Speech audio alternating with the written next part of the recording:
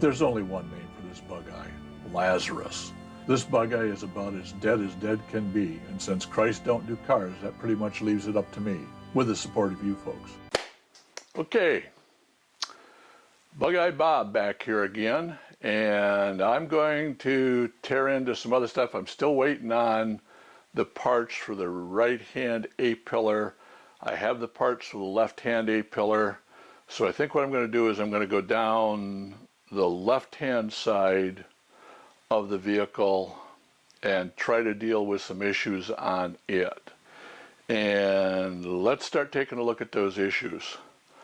The first issue is that somebody at some point in time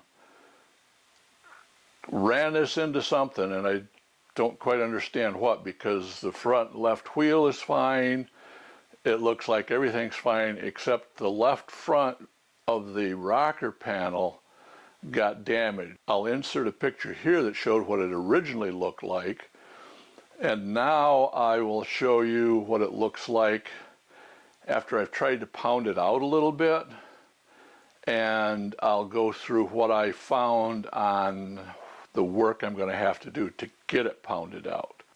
If you look down right here, you can see that's pretty well punched in. It was punched in a lot more before.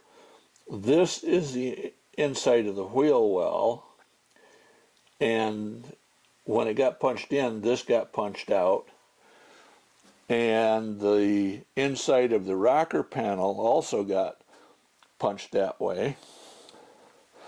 And then if we come around here and look up inside of here, if we look up inside of here, you can see where the inside of the floor pan got punched up in. This is the inside of the rocker panel down here. And my plan is, because this floor pan piece sticks out and there's a gap between it and the wheel well, I'm going to cut this across this line right here so I can get at the inside of the wheel well and the inside of this rocker panel and get them punched out, and after that I should be able to get the outside of the rocker panel punched out. So let's look at the outside of the rocker panel.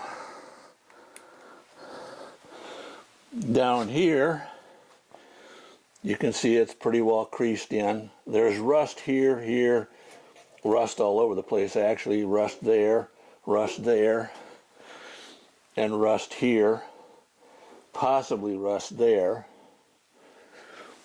I could buy a replacement for this whole rocker panel, outer skin. It's about, if I remember correctly, it's about $165. And then I'd have to buy the inner skin, and that's also $165. So damn near 400 bucks. And then I've got to try to keep the vehicle in one piece, because as you can see, the floor's all rusted out and the cross members are rusted out, and so what's holding it together right now are those rocker panels. So what I'm going to do instead is I am going to patch pieces in to fix these rocker panels.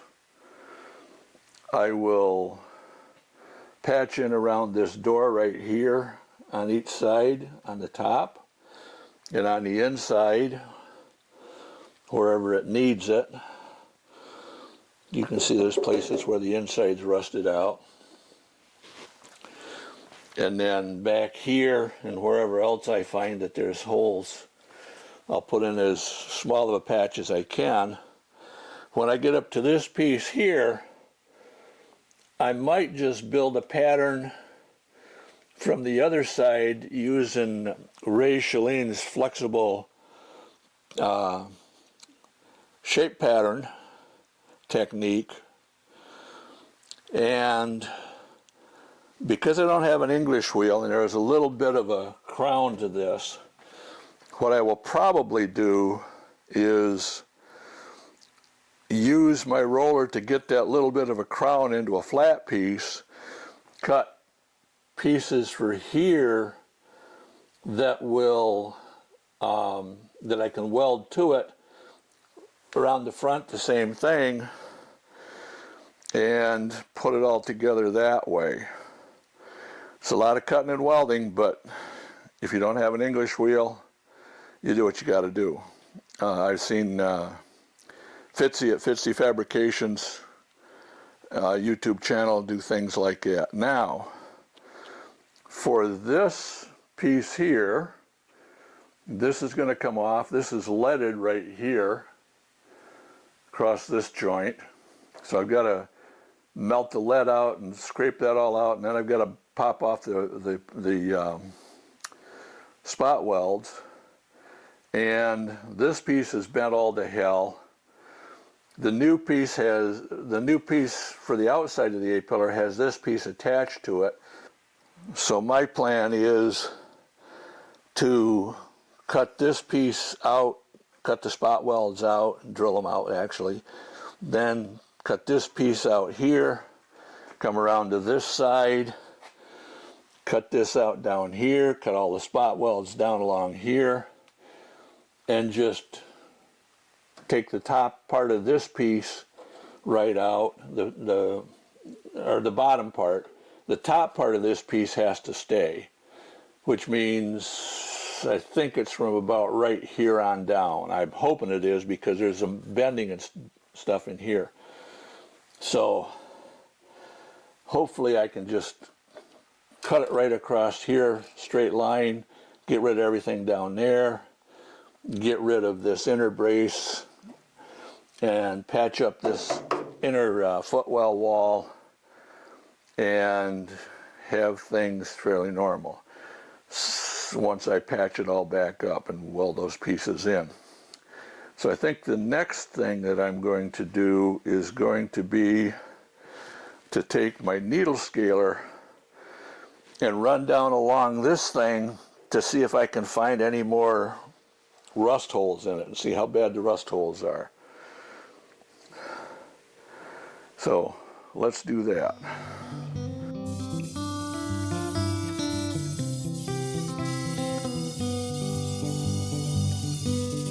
Please like, share, comment, and subscribe. For less than the price of a cup of coffee each month, you can support this project as a member on Patreon. See the links in the description below.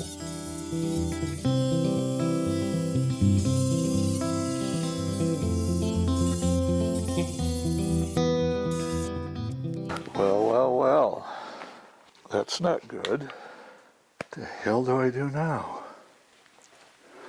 Okay, so let's go along and see what all I found down here.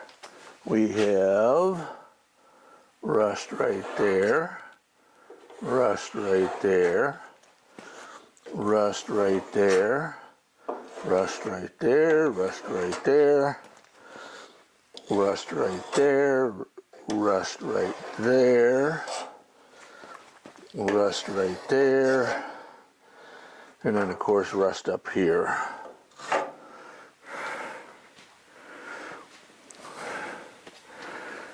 I think, no matter how much I hate the thought of doing it, I'm afraid I'm going to have to replace the whole goddamn rocker panel. I know the bottom of this has got rust holes in it.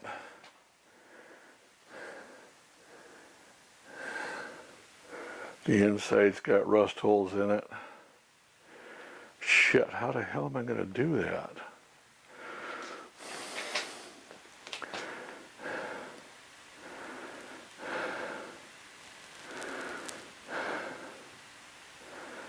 What a pain in the ass. No idea how I'm going to do it.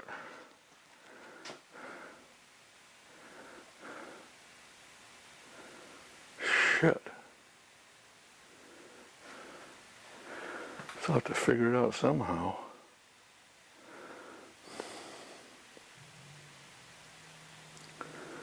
If I had it up on the rotisserie, if the floor pan was solid, and I had it up on the rotisserie, then it would be kind of easy to do this side, but the floor is not solid.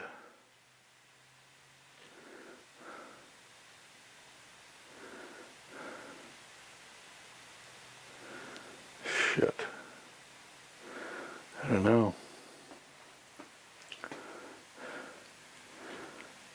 I mean, I can weld braces across here, which I was planning on doing that anyways.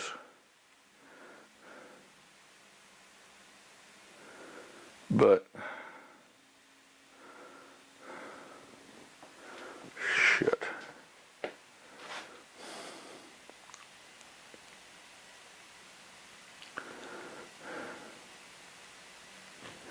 You can see from all the shit on the floor. When I started vibrating the hell out of it, every place you see a big pile of shit on the floor, you can be guaranteed that there's a hole in the bottom of the rocker panel where that stuff fell out of.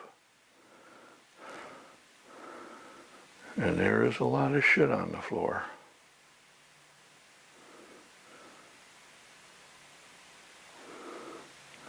Well,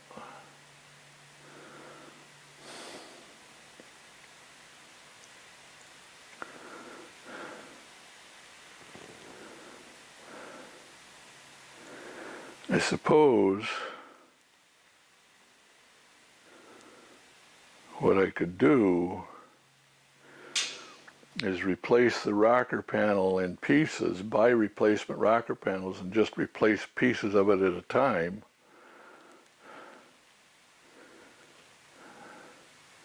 But I don't like the idea of doing that. If I got to replace the damn rocker panels, I just as soon replace the inside and the outside all at once.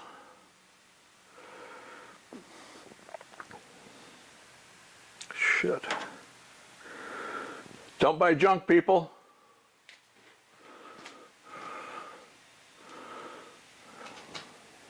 But, you know, it's one of these things of sometimes you buy what you find and figure out how to make it work.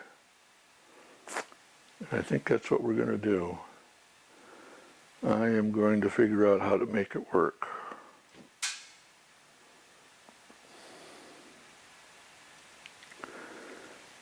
Maybe the thing to do is to look at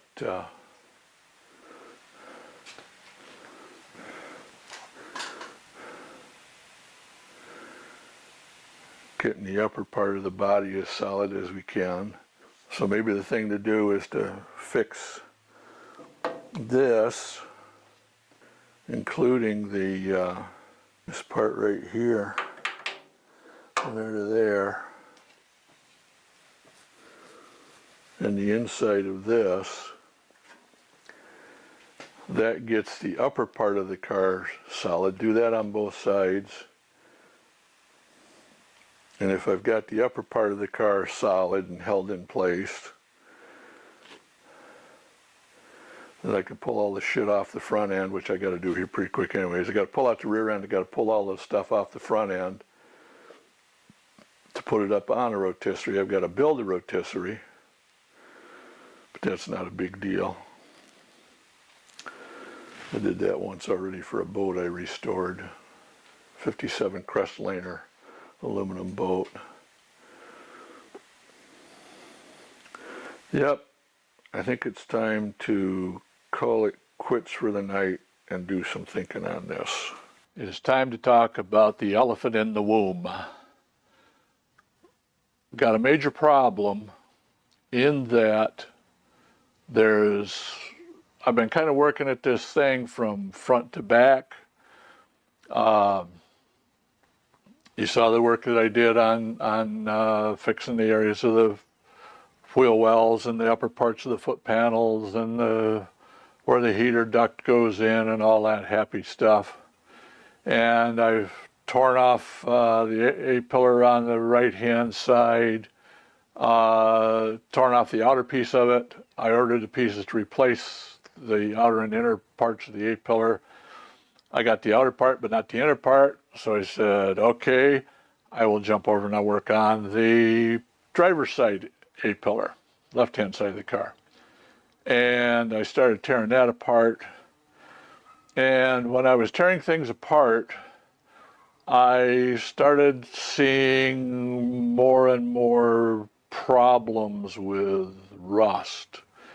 And it's apparent that the rocker panels on the inner and outer rocker panels on both the driver's side and the passenger side has some serious rust issues. And I thought I might be able to patch up the passenger side, but that doesn't look too good right now. I'm kind of thinking that I might just as well replace both of them. So let's take a look at where all of those rust problems are at and talk a little bit about why they are particular problems and what the plan is to try to deal with this stuff. So turn the camera around here. Going down along this side, I tore this all off, and this is all rusted out right in here. This is all rusted out right in here. This is bent in a little bit here. It's not too bad. This is rusted out in here. I still need to take out the rest of this. It's rusted out here. I got a couple holes like this one and this one right here on the back that I can plug weld. I could put a big patch in right here, a patch here, and a patch up front, and that would make this outer kind of solid. I've got to patch up the top right here also, as well as patching up the edge of the footwell there. But that still leaves me the problem of what the inside looks like, which is a little rusted out back here, probably needs a patch. So I could weld in pieces of angle iron, kind of like so, from here back to here, down here, do the same, then do a cross like so, and like so, and then run some diagonals across like this to keep everything lined up for the upper part.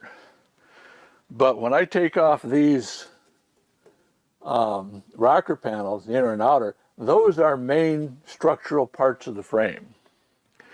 And the problem that leaves you with is all of this is rusted out, so you've got no support from in here on either side. You've got this little tunnel here, but once you take these inner and outer rocker panels out, you've got nothing to keep the alignment right on the side of the vehicle, or keep the wheelbase where it needs to be, make sure that your front end and rear end aren't out of square. So what does that lead to? That leads to building a frame jig, if you want to call it that. This is a unit body construction, so it doesn't really have a frame. With this unit body construction, your rocker panels, I suppose you could consider them part of the frame, but you tear them off and you got no frame. Up front, you have some frame. You've got support on the front part here. These front rails going front to back, they're pretty solid, except there will need to be some patching on the inside of this one. I think the one on that side, on the driver's side, is probably still good. All of this across here is good.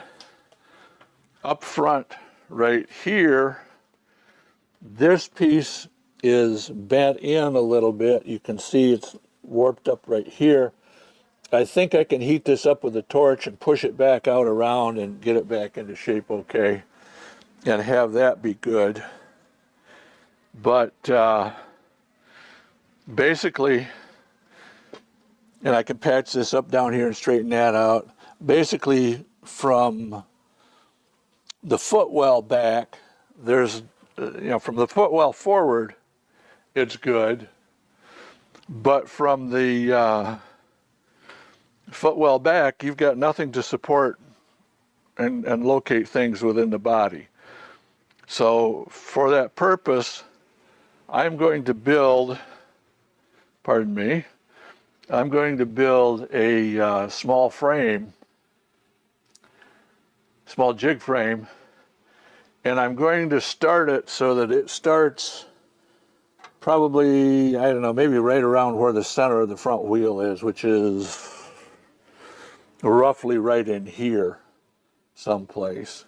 So the steel that I have to do this with is roughly, let's see what this stuff is. This is 38.5 millimeters, which is 1.53 inches square, and it is, how many millimeters? 3.9 millimeters thick, which is about 0.153 thick in inches. So this comes in 7 foot 10 and 3/8 inch long links. So my plan is to use those for the length of the jig.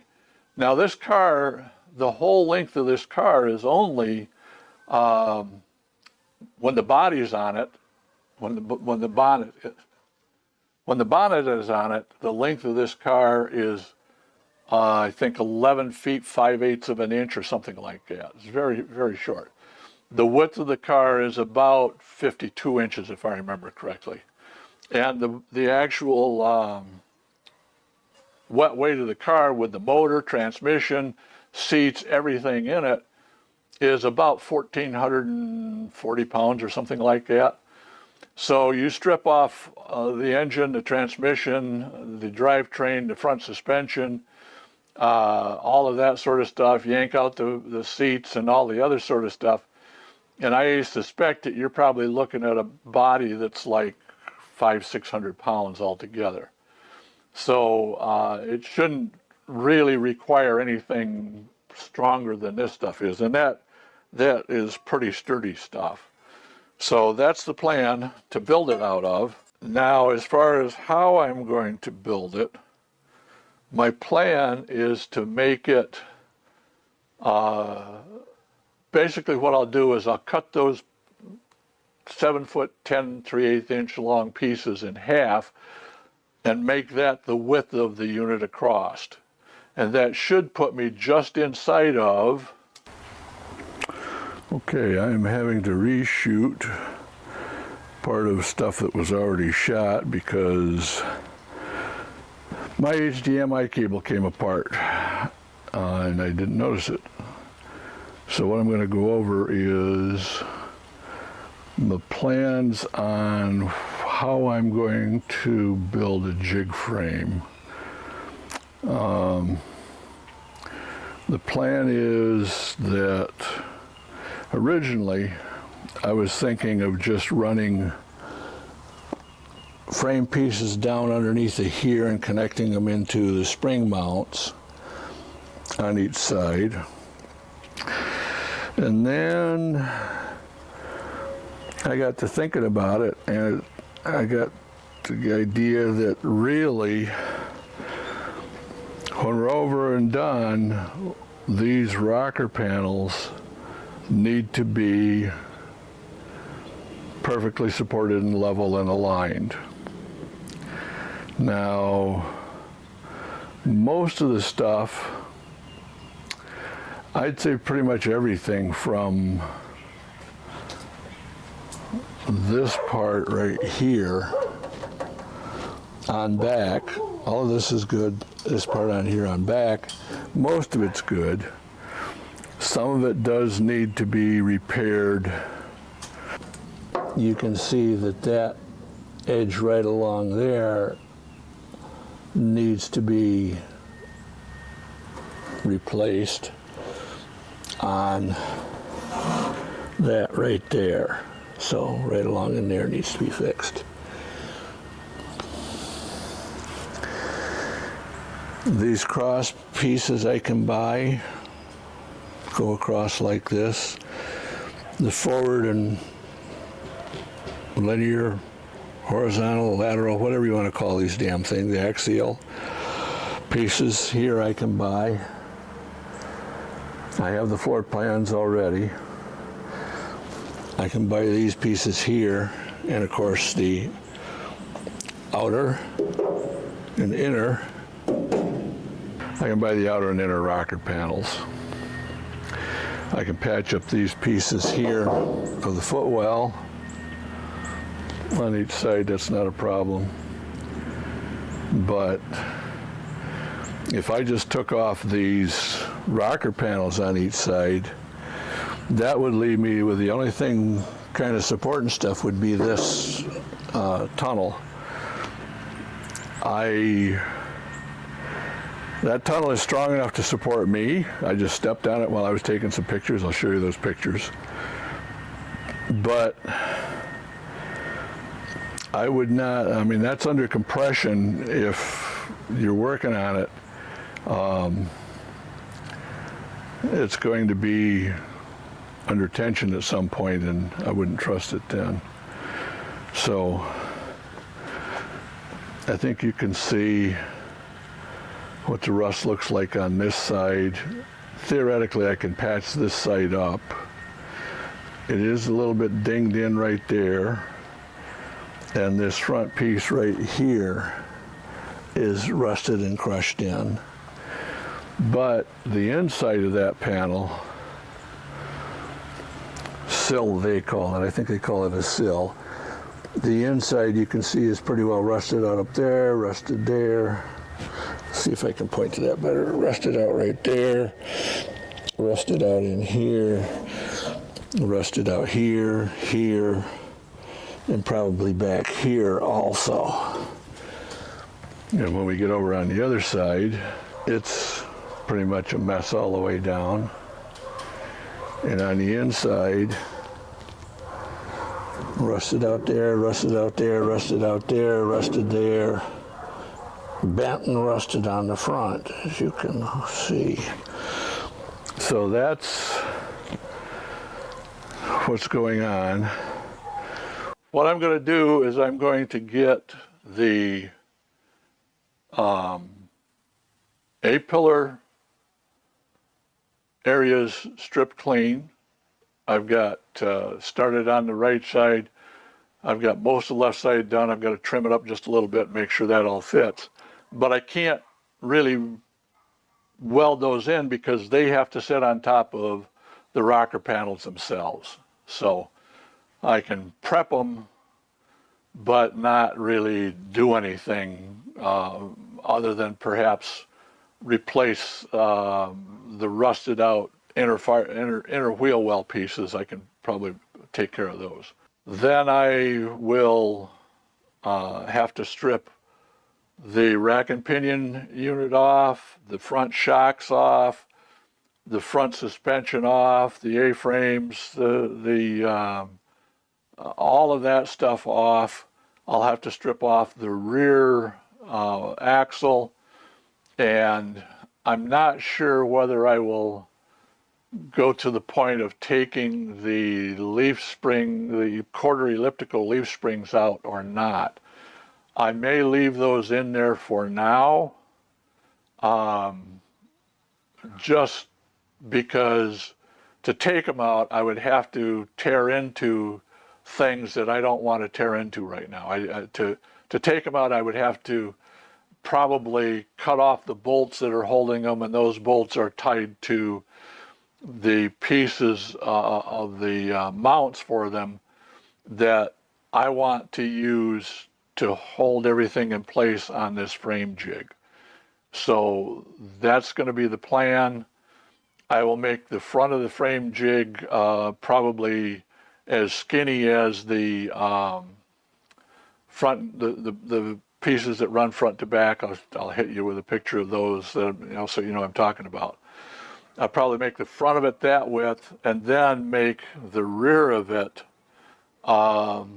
just within where those front to rear braces run underneath the floor plans, or run on top of the floor, where those pieces run on top of the floor plan. Where those braces, I'll make it so that it's just beneath where the front to back braces run on top of the floor pan. See, it's what a mouthful to try to get out. So, and I'll have to weld in those pieces of angle iron, like I said. By the way, angle iron, this is approximately 1 1/8 inches thick. Nope, I'm sorry. It is 1 1/8. It is 1 1/8 inches across here. It's about 1/8 of an inch thick. It's bed frame. So if you want to get some cheap angle iron to use for temporary bracing like that, go to your local Goodwill, secondhand store, wherever, and they usually have a bunch of bed frames sitting around, because when kids go off to college and the parents know they're not coming back, then boom, they get rid of the beds and bed frames, and the bed frames end up at these places, and sometimes they have an excess stock of them, so to speak.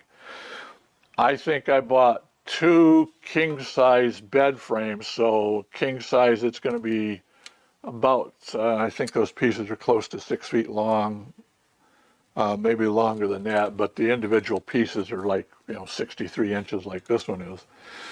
But you probably get, I'm guessing, 24 feet of steel for about $10. I think I paid somewhere between $10 and $15, might have been $12 for each of the frames that I got.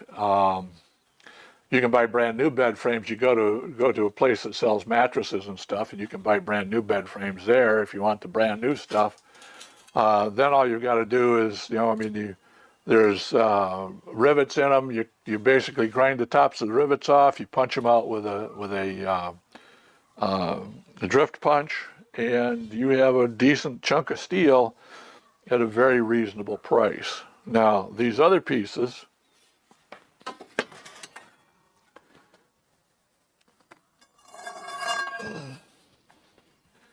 this stuff here, like I said, it comes in 7 foot 10 and 3/8 inch long pieces.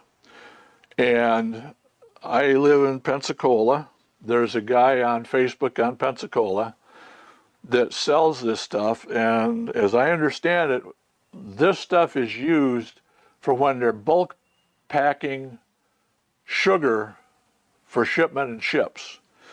So they'll put up a layer of the sugar in, I guess, in bags, 100-pound bags or whatever, maybe even those huge monster 1-ton bags. And then they throw these pieces of iron in there to keep it all from shifting all over the place. And when they unload, it's like, hey, we got a whole bunch of iron. What are we going to do with it? Well, him and a friend of his buy it, and then they resell it. And they're people like me. I think the last batch I bought was under $20 a piece, $19 or something like that. I think he's a little bit less than that now. And I can't go to our local steel supplier. I'm not going to mention them, because I'm a little irritated. In Western New York and in other places, I could go to the steel supplier and say, you got a 20-foot length of 1 inch, 1.5 inch tube stock, 1/8 inch thick wall. Can you cut that into a 10-foot lengths for me? Sure, no problem. Chop.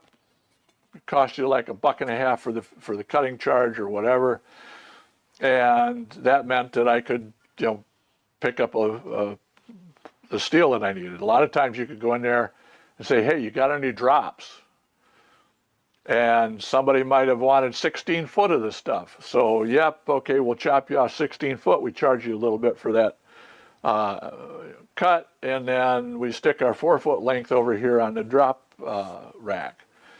And then somebody like me comes in and says, hey, you got any 1.5 inch, 1.25 inch tube? Yeah, how much you need? I said, well, I don't know. You got something around 3.5, 4 feet long? Yeah, let's go look on the rack. Oh yeah, here's one right here. Boom. What is it? Well, it's it's a whatever it was a foot, and then they charge you a little bit extra because they had to store it, and they charge you for the cut on it also. So the first guy got what he wanted. That left this piece over. I got what I wanted. They sold the piece and made a little bit extra profit on it, and life was good. Local steel place, 20-foot links only, and you cannot cut it on their property. You have to stick it on the top of your vehicle, drive off their property, stop on the edge of the road, and cut the damn thing somehow. And it's like, that's a pain in the ass, especially when you can buy these things, basically in a length that's easy to handle already. That's my little rant on that. Now, am I still getting audio? Yes, I am still getting audio. I'm a little pissed because I set my transmitter and receiver for my audio, for my microphone, on charge last night. Came out this morning, both of them said they were fully charged up. The damn receiver ran 6 minutes this morning and died. And I was recording, I watched it and it says, yeah, you see the little green line and it's recording. So, okay, I'm recording, that's good. Well, I recorded 45 minutes of essentially exactly what I'm telling you right now, and the friggin' thing shut off recording a few minutes in. So I had to literally find a replacement battery, which I'd actually bought a spare one when I'd replaced it once already in the receiver, bought a spare battery, and so I had a spare battery that I picked up, oddly enough, in February of 2024, and today is February 1st of 2025. So I had to unsolder the battery, solder in a new one, wait for it to charge up, and that put me basically about 4 hours behind time of what I had planned to do for working on the car and working on shit today. So that, I think, catches you up on my plans to build the frame jig. We'll call it a frame jig, or body jig. I guess whatever. You know what I mean. And I am going to now jump back into working on cleaning up the rest of that crap on that passenger side A-pillar, making sure that everything's ready to go on it. I'll go over on the other side and clean all the crap off on it, make sure it's ready to go over there. And then we will get into other things.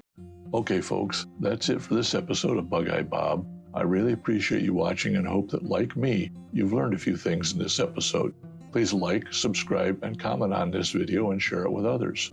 You can help support this project by becoming a member at patreon.com/BugeyeBob in the link below. Patreon paid members get early access to the videos, and in the future will enjoy question and answer sessions and live streams. As this channel grows, future Patreon member benefits will include bonus or extended episodes, member names and credits, and the ability to suggest topics for future videos. You can follow this BugeyeBob restoration on YouTube and Facebook at the links below. Once again, thank you for liking, commenting, subscribing, and supporting this channel. And remember that sometimes the most important job you can do is a dirty, thankless job.